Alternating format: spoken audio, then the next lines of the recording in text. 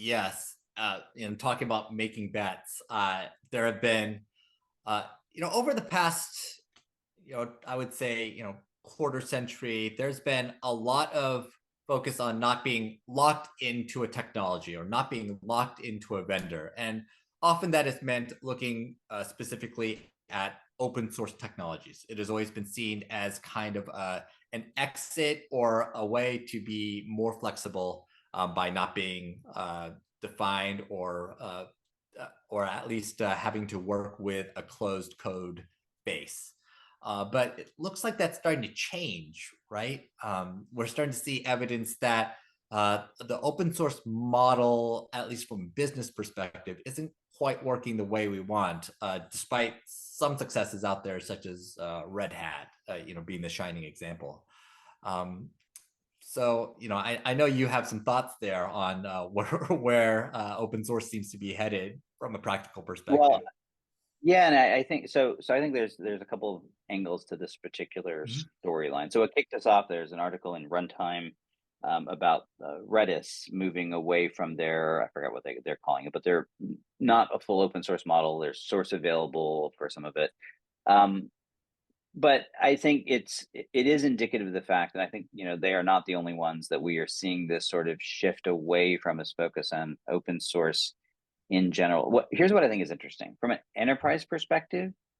I feel like it's always been a bit of a red herring. I mean, there are not. I mean, it is it's undeniable on the one end that virtually every major enterprise had open source running in some way, shape, or form. But by the same token, almost none of them, except in test beds and whatever, would really be running anything in production on a non-supported open source something. So they were always paying for it in some way because they couldn't run the risk of just truly being out on their own. And most of the time when I would talk to an enterprise executive about it, they would either say that they were negative on open source because of the support concerns or challenges, or at the very least ambivalent about it, that they sort Mhm. of didn't care. They were just focused on solving the problem, and whatever the best way to solve it was the best way to solve it. And the whole pitch, because I remember talking to open source vendors, it was always about, oh, no lock in and it's open and blah blah. And that sort of go to market pitch almost always fell on deaf ears in the traditional enterprise suite. Now, I think Mhm. in the cloud providers and in any of the tech companies, whole another ball game, and that's been, I think, the interesting part. And that's what I think this whole shift is sort of signaling, is that there's this interesting dynamic where it's not even holding the water in the tech community as much anymore. And I think we'll see that there's this last gasp, right? So you have Facebook or Meta with Llama, and Elon Musk with Grok or Grok, however it's pronounced, Mhm. Grok. right?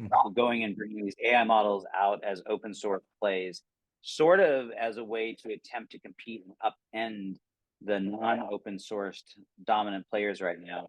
And I personally don't think it's going to work. I think that they're not going to get the traction, and I think it's going to be sort of the signal of that open source era is sort of coming to an end, maybe strong, but the dominance that it really had for a long, long time, I think maybe waning. Yeah, I always feel like open source projects always succeeded best when you had a very committed community of people who had a shared goal and a shared ethos. That and this was easier to find back when, frankly, it was hard to get on the internet. It was hard to be online. It was hard to get into technology. So by default, almost everybody who got into tech had a very similar mindset, and it led to being able to push open source projects more easily. But I think we are seeing kind of this not quite bifurcation, where on the one hand we have all these projects that were passion projects and then were abandoned over time. There's this great XKCD comic about all modern digital infrastructure being open source, and all of it being dependent on this one tiny project, supported by one individual who's been doing this as a passion project for decades. And that's and you knock that one little block out, and we would basically lose all of modern digital infrastructure.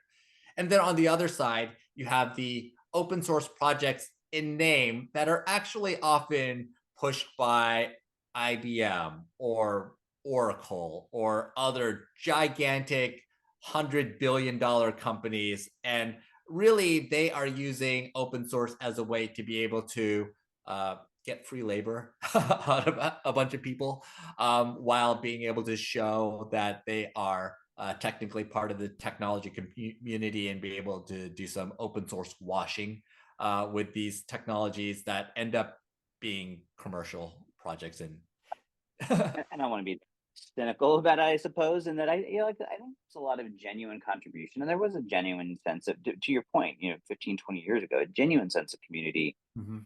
around this development, and in large part it was about sort of breaking the paradigm of the IBMs of the world, the traditional closed monolithic technology platforms where it was all housed in one space, and this idea that we could democratize that. And I think, the issue is, and look, maybe they'll come back, right? But I think it had its time and place.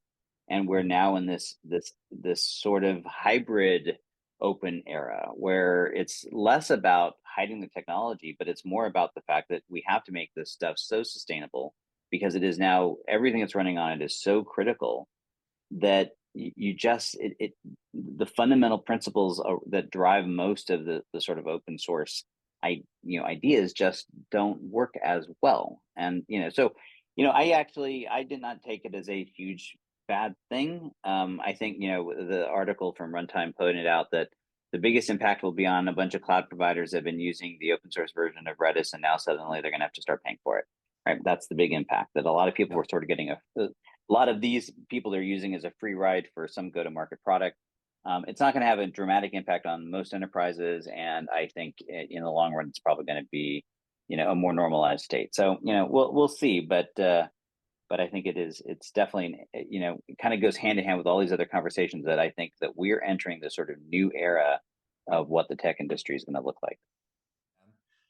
There are startups like Tidelift, which are actually all about supporting individual maintainers, which I'm pretty excited about because I hope they provide some sort of framework for companies to be able to better support projects over time. But right now, we do have these gaps between either the corporate funded open source projects or the open source projects that are doing yeoman's work in supporting the rest of the world without really any sort of guarantees of how they will be maintained over time. Yeah, no, and I do think there's probably an exception to be made there's a handful of these like, lack of a better term, middleware. They're not really middleware, but these foundational technologies that are very useful to these others, and I think those will probably remain as open source type projects because there's a shared interest in them. But yeah, I think it's just going to be an interesting evolution as this continues to play out. Mhm.